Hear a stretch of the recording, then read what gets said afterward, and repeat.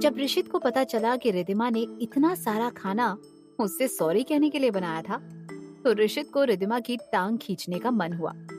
इसलिए चेहरे पर सीरियस एक्सप्रेशन लाते हुए ऋषित बोला, क्या मैं जान सकता हूँ ये अचानक से आपका हृदय परिवर्तन क्यों हो गया रिधिमा जी? ऋषित को ऐसे बोलते सुन निशांत हंसते हुए बोला, डैडी क्या कहा आपने? परी? परी? ऋषित जरा सा मुस्कुराते हुए बोला, परिवर्तन बेटा, मतलब चेंज। अचानक तुम्हारी मम्मा को डैडी से सॉरी बोलने की इच्छा क्यों हो गई? रिधिमा ने फौरन कहा, वो मिहिर कह रहा था कि उसे लगता है कि तुमने कुछ नहीं किया। ऋषित बौंहें चढ़ाते हुए बोला, अच्छा तो मिहिर ने कहा इसलिए तुम मुझे सॉरी बोल रही हो? रिधिमा ने फौरन बात को संभालते हुए कहा, नहीं, मेरा मतलब है कि मुझे भी लगता है कि तुमने ऐसा कुछ नहीं किया है और मिहिर को शक है कि ये सब किसी और ने किया है। मैंने गुस्से में तो तुम्हें जो कुछ भी बोला उसके लिए सॉरी। अब क्या कान पकड़ूं? ऋषित शरारत से बोला, नहीं कान मत पकड़ो, खाना खिला दो। ये सुनकर रिधिमा की आंखें हैरानी में बड़ी हो गई।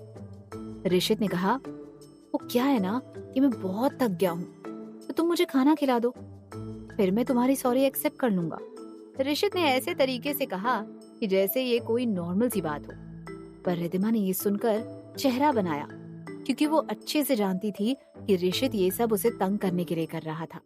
पर अब वो भी पीछे हटने को तैयार नहीं थी, तो रिधिमा ने चम्मच में राइस लेकर ऋषित के मुंह के सामने किया। पर ऋषित को भी बड़ा मजा आ रहा था रिधिमा को तंग करने में, तो उसने कहा, नहीं चावल नहीं, मुझे पराठा चाहिए। अब पराठा तो चम्मच से खा नहीं सकते थे, इसलिए रिधिमा को उसको हाथ से ही खिलाना पड़ा। ऋषित तो मजे लेते हुए धीरे धीरे खा रहा था। रिधिमा ने इरिटेट होते हुए मन में कहा, हमेशा तो 15 मिनट में खाना खत्म कर देता है और आज आधे घंटे से भी ऊपर हो गया, पर ये तो खा ही जा रहा है, ऐसा लग रहा है जैसे जन्मों से भूखा था। तभी देवयानी वहां डिनर करने आ गई। रिधिमा को ऐसे ऋषित को अपने हाथों से खाना खिलाते देख देवयानी ने उनकी फोटो क्लिक कर ली और वो फोटो सोनिया को भेज दी। देवयानी ने दिल ही दिल में खुद से ही कहा, सोनिया अब भले ही हमारे साथ कुछ नहीं करना चाहती, पर ये तो सोनिया को देखना ही चाहिए क्योंकि रिधिमा और ऋषित के बीच दूरियां लाने का काम सोनिया ही कर सकती है।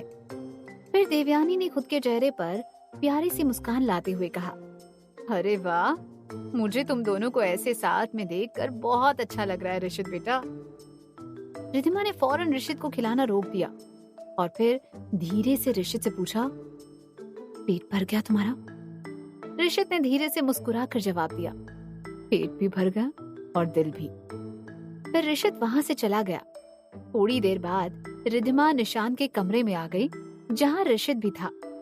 ऋषित को देख रिधिमा ने क्यूट सी शक्ल बनाते हुए पूछा, अब कितनी बार सॉरी बोलना पड़ेगा? ऋषित रिधिमा को और तंग करते हुए बोला, एक बार और बोल दो। ये सुनकर रिधिमा मुंह फुलाकर बैठ गई। उसे ऐसे देख ऋषित के चेहरे पर मुस्कुराहट आ गई और धीरे से रिधिमा के पास जाकर उसने रिधिमा के कान में कहा, इट्स ओके। रिधिमा मुस्कुराकर बोली, फाइनली तुम्हारे चक्कर में मैंने आज कितना सारा खाना बनाया तुम्हें पता है? तभी निशांत ने कहा, पराठे बहुत मस्त थे मम्मा। रिधिमा ने निशांत को देखकर कहा, ओ मेरा क्यूट बेबी। इतना कहकर रिधिमा निशांत को अपने पास लेकर उसको लाड करने लग गई। ऋषित धीमे से मुस्कुराते हुए उन दोनों को ऐसे देखते रह गया। बचपन में भी ऐसा ही होता था। ऋषित कभी नाराज हो जाता तो रिधिमा को ऐसे ही कुछ करके तंग करता था और फिर रिधिमा मुंह फुलाकर बैठ जाती थी और फिर ऋषित ही आकर झगड़ा खत्म कर देता था। वो सब याद करके ऋषित मुस्कुरा रहा था, पर फिर अचानक उसके दिल में एक ख्याल आया और वो सीरियस होकर मन में बोला, सब कुछ कितना अच्छा था रितु।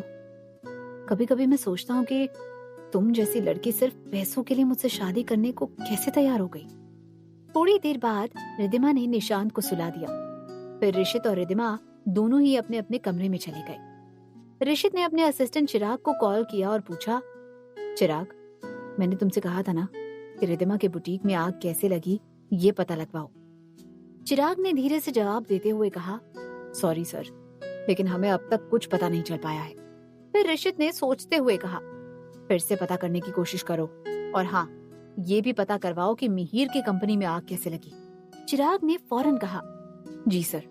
फिर अगले ही पल ऋषित ने फोन काट दिया और सोने की कोशिश करने लगा। उधर सोनिया, जो हैदराबाद में एक डील के लिए गई हुई थी, उसकी तो देवयानी के भेजे हुए फोटो को देखकर नींद उड़ गई थी। उन फोटोज में रिद्धिमा ऋषित को अपने हाथ से खिला रही थी और ऋषित के चेहरे पर भी मुस्कान थी। सोनिया का एक लक अच्छा था कि उसे वो डील मिल गई थी और वो ऋषित के पास मुंबई आने ही वाली थी।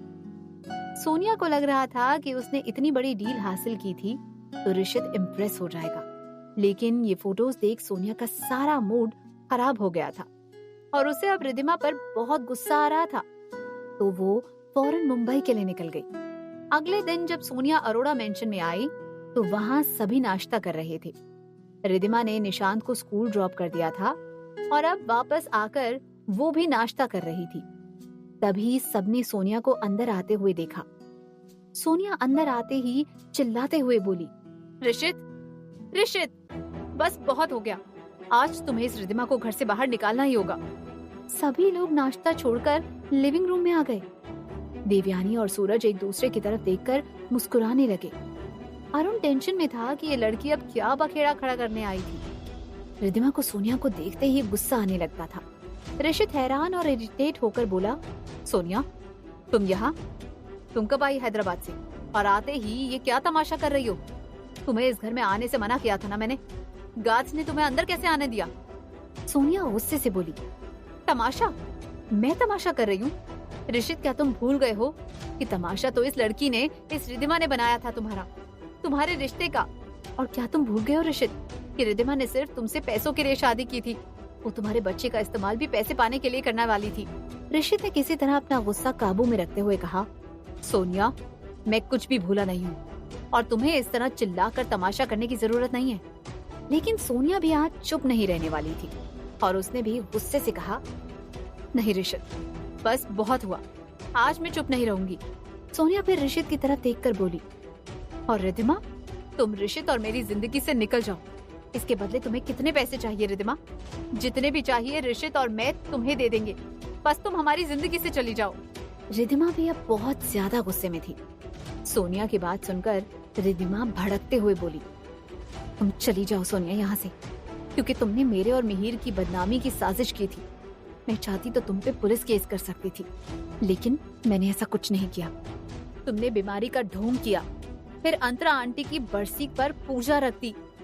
और ये भी कम है तो याद दिला दूं कि तुम्हें ऋषित ने अरोड़ा मेंशन में आने से मना किया है। मैं भूली नहीं हूँ कि मेरा बेटा किस तरह से हॉस्पिटल में बीमार पड़ गया था, और तुम मानो या ना मानो, लेकिन मुझे पूरा शक है कि तुमने ही मेरे बेटे का टिफिन बॉक्स बदल दिया था, और इसलिए तुम यहाँ से चली जाओ। सोनिया रिद्धिमा को घूरते हुए बोली, मैंने ऋषित को कभी नुकसान पहुँचाने की कोशिश नहीं की और ऋषित को मुझ पर पूरा यकीन है। ऋषित ने मुझे अरोड़ा मेंशन में आने के लिए इसलिए मना किया था क्योंकि ऋषित निशांत से बहुत प्यार करता है, और ऋषित को अगर किसी पे यकीन नहीं है तो वो तुम हो रिद्धिमा। ये सुनकर रिद्धिमा ने एक नजर ऋषित की तरफ घूर कर देखा। उसे समझ नहीं आ रहा था कि ऋषित को इस सोनिया पर इतना विश्वास क्यों था। फिर रिद्धिमा ने सोनिया की तरफ देखकर उसे जवाब देते हुए कहा, मुझे बिल्कुल भी परवाह नहीं है कि ऋषित को या किसी और को भी मुझ पर विश्वास है या नहीं, मुझे बस मेरे बेटे की परवाह है। सोनिया भी गुस्से से बोली, वो बेटा जिसका इस्तेमाल तुम ऋषित की दौलत हथियाने के लिए करना चाहती थी। रिद्धिमा किसी तरह अपने गुस्से को काबू में रखते हुए सोनिया को धमकाते हुए बोली, शट अप सोनिया, अपनी लिमिट में रहो और यहाँ से चली जाओ। तुम्हें तुम्हारे प्यारे बॉयफ्रेंड से जो कहना है घर के बाहर जाकर कहो। सोनिया ने रिद्धिमा को घूरते हुए कहा, मुझे अरोड़ा मेंशन से निकालने वाली तुम कौन होती हो? तुम अपनी कीमत बताओ, पैसे लो और यहाँ से चलती बनो। इससे पहले रिद्धिमा कुछ बोलती, ऋषित अब खुद को और रोक नहीं पाया और सोनिया को चुप कराते हुए वो बोला, सोनिया, तुम रिद्धिमा से ऐसे बात मत करो और तुम्हें कोई हक नहीं रिद्धिमा को इस तरह घर से जाने के लिए कहने का। ये सुनकर सोनिया को बहुत बुरा लगा, लेकिन आज सोनिया ने भी ठान लिया था कि वो रिद्धिमा को अरोड़ा मेंशन से निकाल कर ही दम लेगी। वो बोली, ऋषित, तुम मुझसे ऐसे बात कर रहे हो? क्या मेरी तुम्हारी जिंदगी में कोई अहमियत नहीं? सोनिया को ऐसे अपना इमोशनल ड्रामा शुरू करते देख रिद्धिमा ने वार्निंग देते हुए ऋषित से कहा, ऋषित अरोड़ा, मेरी एक बात कान खोलकर सुन लो तुम। अगर ये लड़की इस तरीके से इस घर में आएगी तो मैं अपने बेटे के साथ एक पल भी यहाँ नहीं रुकूंगी। फिर तुम पुलिस में जाओ या कोर्ट में। रिद्धिमा की ये धमकी सुनकर ऋषित के साथ साथ अरुण भी टेंशन में आ गया। इससे पहले ऋषित कुछ कहता, अरुण ने कहा, ऋषित, अभी के अभी सोनिया को यहाँ से ले जाओ और याद रखना, ये लड़की फिर से इस घर में नहीं आनी चाहिए। ऋषित को भी सोनिया पर गुस्सा आ रहा था। ऋषित किसी भी हालत में ये नहीं चाहता था कि रिद्धिमा और निशांत अरोड़ा मेंशन से जाएं, और उसने सोनिया की तरफ बढ़ते हुए कहा, चलो सोनिया, हम कहीं और जाकर बात करते हैं। सोनिया ने इमोशनल होकर ऋषित से कहा, तुम इस रिद्धिमा के लिए मेरे साथ ऐसा बर्ताव कर रहे हो। लेकिन ऋषित इससे पहले कुछ कहता, सोनिया ने आग बबूला होते हुए रिद्धिमा की तरफ देखा और चिल्लाते हुए कहा, तुम एक घटिया लड़की हो रिद्धिमा। तुम तो ऋषित के साथ अपनी दोस्ती भी नहीं निभा पाई और तुमने ऋषित से पैसों के लिए ही उससे शादी की थी। और मेरा ऋषित के लिए प्यार तुम्हारी तरह बिकाऊ नहीं है। तुम तो उन लड़कियों में से हो जो पैसों के लिए किसी से भी शादी कर लें। ये सुनकर रिद्धिमा भी अब खुद को रोक नहीं पाई और उसने सोनिया को एक जोरदार थप्पड़ जड़ दिया। सोनिया कुछ पल के लिए सुन्न होकर खड़ी रह गई। ऋषित और बाकी सब हैरानी से देखते रह गए। तभी सोनिया की आंखें गुस्से से लाल होने लगी और ऋषित को भड़काते हुए वो बोली, ऋषित, मैंने तुम्हारे लिए इतना कुछ किया और उसका ये सिला मिल रहा है मुझे। ये लड़की मुझे थप्पड़ मार रही है और तुम बस खड़े देख रहे हो। इस लड़की का साथ दे रहे हो जिसने सिर्फ पैसों के लिए तुमसे शादी की थी। रिद्धिमा भी अब गुस्से से कांपते हुए बोली, मैंने पैसों के लिए शादी नहीं की थी। सोनिया ने फौरन चिल्लाते हुए पूछा, तो फिर क्यों की थी शादी? सबको पता है कि इतना अच्छा अमीर लड़का और पैसे वाला भी है, तो कौन लड़की मना करेगी? अगर पैसों के लिए नहीं की थी तो क्यों की थी शादी?